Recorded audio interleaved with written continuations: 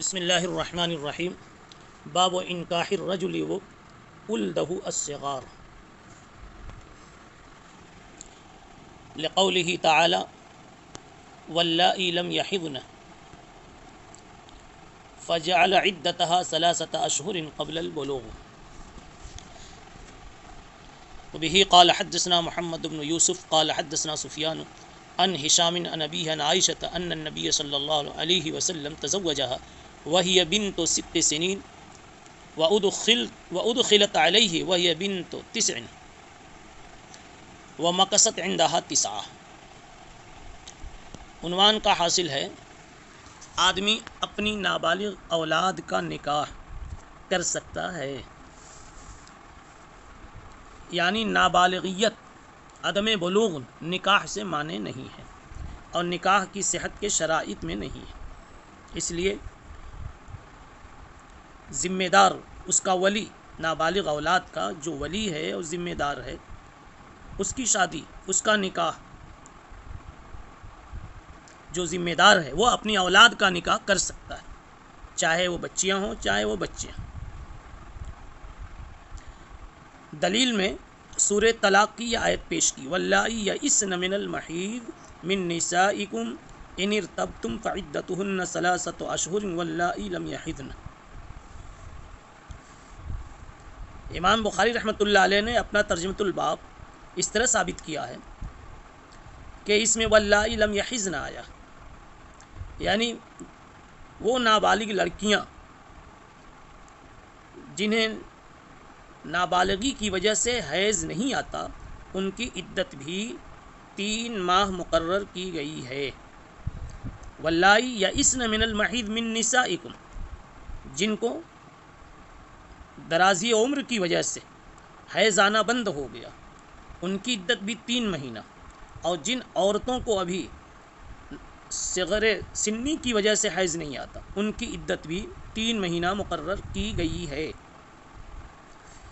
اور ظاہر سی بات ہے کہ عدت کا تصور اسی وقت ہوگا جب کہ نکاح ہو چکا ہو.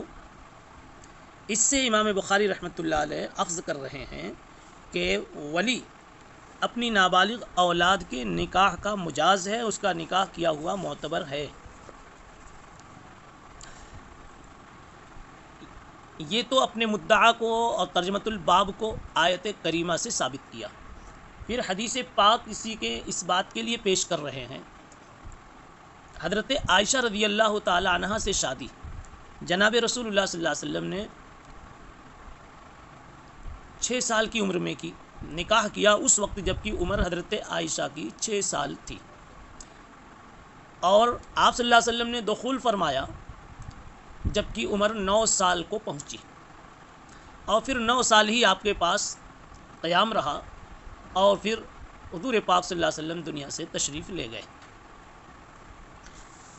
گویا حضرت عائشہ کی عمر 18 سال رہی اور آپ اس دنیا سے رخصت ہو گئے.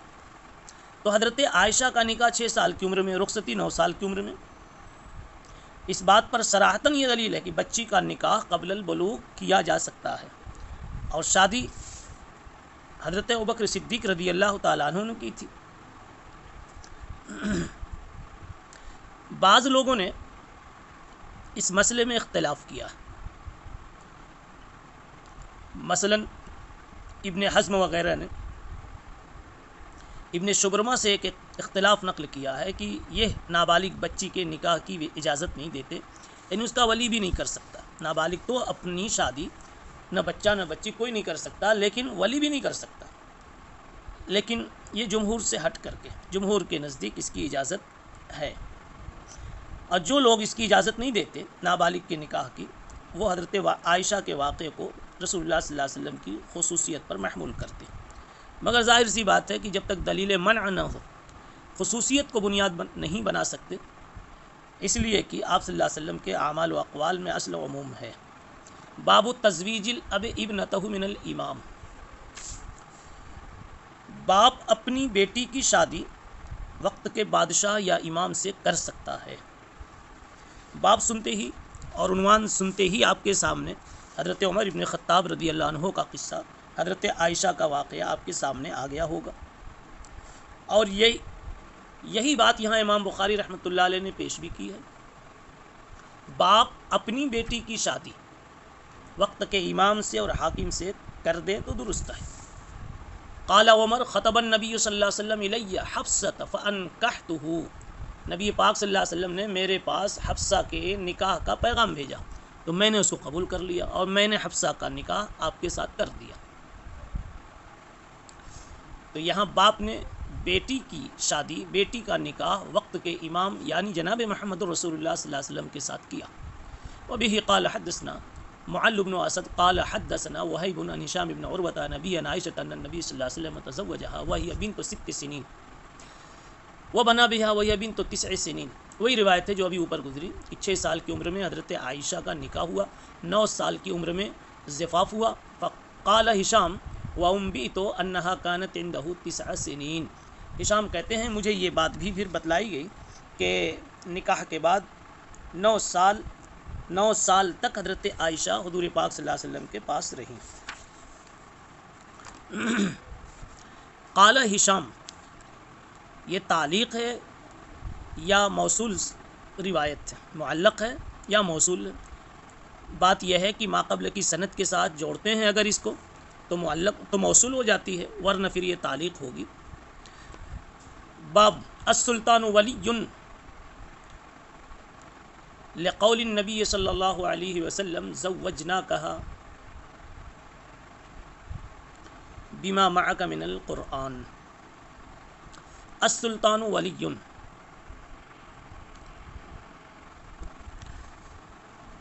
وقت کا بادشاہ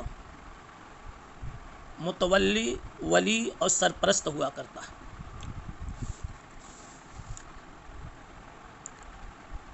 بادشاہ کو، وقت کے حاکم کو اپنی رعایا پر ولایت عامہ حاصل ہوتی ہے. اس لیے اگر بادشاہ کسی کی شادی کر دیتا ہے اور وقت کا امام کسی کی شادی کر دیتا ہے تو وہ شادی معتبر ہے. یہ عنوان جو امام بخاری رحمۃ اللہ علیہ نے منعقد کیا ہے اصل میں یہ بھی ایک حدیث کا ٹکڑا ہے. السلطان ولی من لا ولی لہ، مگر یہ حدیث امام بخاری رحمۃ اللہ علیہ کی شرط پر نہیں تھی، اس لیے یہاں انہوں نے اس کو سند کے ساتھ اپنی صحیح میں تحریر نہیں فرمایا، ورنہ یہ حدیث ثابت ہے، گو کہ امام بخاری کی شرط پر نہیں ہے. امام ابو داؤد اور امام ترمذی رحمہ اللہ نے اس کی تخریج کی اور ابو عوانہ، ابن خزیمہ، ابن حبان وغیرہ نے اس کو صحیح بھی قرار دیا. تو یہ روایت ضعیف بھی نہیں ہے السلطان ولی من لا ولی لہ، مگر شرط بخاری پر نہ ہونے کی وجہ سے اس جامع صحیح میں وہ نہیں آ سکی. اب اپنے عنوان کو ثابت کرنے کے لیے امام بخاری رحمۃ اللہ علیہ نے پھر وہی روایت پیش کی جو حضرت سہل بن سعد کے حوالے سے کئی بار یہ سنا چکے ہیں. آپ کو کتاب کے مقدمات میں، مبادیات میں یہ بات بتلائی گئی تھی کہ تکرار تو نہیں کریں گے لیکن بہت کریں گے، اس لیے کہ جہاں کرتے ہیں تکرار کوئی مقصد جدیدہ وہاں پیش نظر ہوتا ہے. کچھ نہیں تو استنباط جدید کوئی سامنے آ جاتا ہے، اس استنباط جدید کے لیے پھر دوبارہ اس کو ذکر کرتے ہیں. اس وقت یہاں اس روایت کا پیش کرنا یہ ثابت کرنے کے لیے ہے کہ ولی اس خاتون کا یا اس شخص کا ذمہ دار ہوتا ہے جس کا کوئی ذمہ دار فی الوقت موجود نہیں ہے. اور اس کو ثابت اس طرح کیا کہ ایک خاتون نے اپنے آپ کو پیش کیا حضور پاک صلی اللہ علیہ وسلم کی خدمت میں، اور آپ نے خود اپنی شادی کی رغبت ظاہر نہیں کی.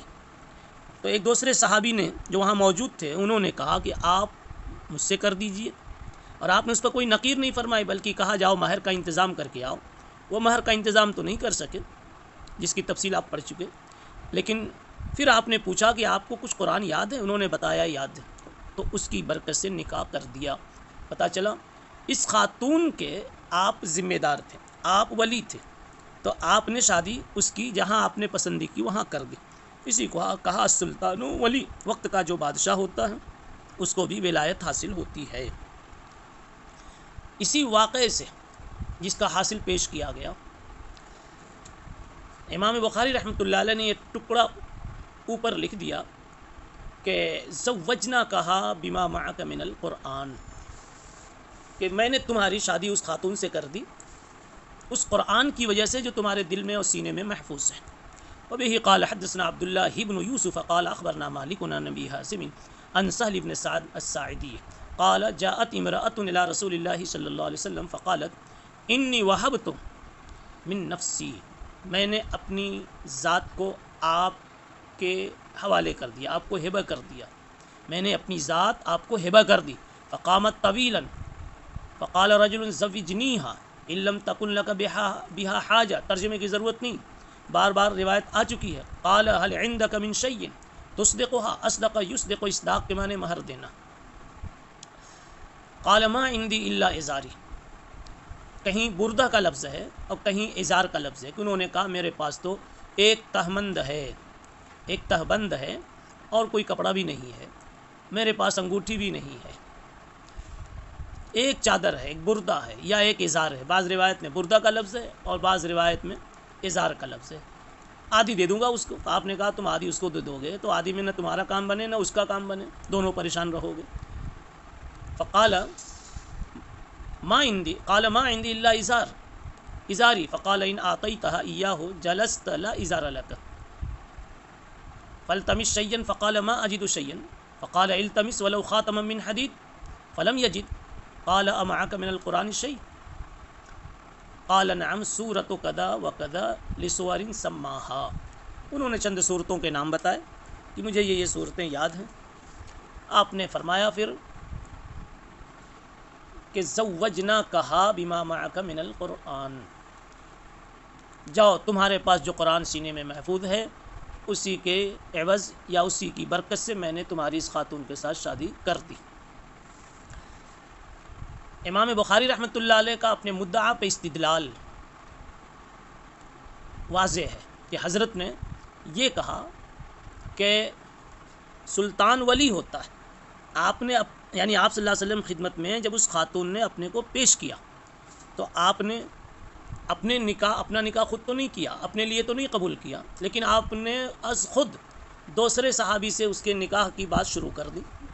صحابی نے بات رکھی لیکن اس خاتون نے نہیں کہا کہ میری کسی صحابی سے شادی کر، پتہ چلا ولی کو اختیار ہوتا ہے، سلطان کو اختیار ہوتا ہے، اسی لیے آپ صلی اللہ علیہ وسلم نے خود اس صحابی کے کہنے پر بات آگے بڑھا دی اور کہا کہ دیکھو تمہارے پاس مہر کا نظم ہے تو میں تمہاری شادی کر دیتا ہوں۔ پھر وہ مہر کا نظم نہیں ہو سکا، بیٹھے رہے صحابی، کافی دیر کے بعد اٹھ کے جانے لگے۔ آپ نے بلوایا اور پھر پوچھا قرآن کتنا یاد ہے، بتایا یہ صورتیں یاد ہے، تو آپ نے کہا اسی قرآن کی برکت سے اور اسی کے صدقے سے، اسی کے عوض سے سمجھ لو میں نے تمہارا نکاح اس خاتون کے ساتھ کر دیا جس کے ساتھ تم کرنا چاہتے تھے۔ یہ مہر کے مسئلے میں بھی یہ روایت آئی تھی، اور وہاں مہر قرآن بن سکتا ہے یا نہیں، علم قرآن مہر بن سکتا ہے یا نہیں اس پر وہاں گفتگو ہو چکی ہے۔ ظاہری لفظی ترجمے سے دھوکہ نہ کھایا جائے، یہ احناف کا مسلک نہیں ہے کہ قرآن کا علم ہے تو یہ علم جو ہے مہر کے قائم مقام ہو جاوے۔ البتہ شوافے کے ہاں قرآن کا یہ علم مہر بن سکتا ہے، اور اس کے پیچھے جو دلیل ہے یا اس کے پیچھے جو وضاحت ہے اور ضروری تشریح ہے وہ آپ کے سامنے پہلے مہر کے ذیل میں مہر کے باب کے ضمن میں وہ پیش کی جا چکی ہے۔ یہاں تو صرف اتنا بتانا ہے السلطان ولی، سلطان ولی ہوتا ہے، صاحب اختیار ہوتا ہے، وہ جب کہیں آپ کی شادی کرنا چاہے تو کر سکتا ہے۔ حدیث کو ترجمۃ الباب سے مناسبت بہت ہی واضح ہے۔ سبحان اللہ و بحمدہ، سبحان اللہ العظیم۔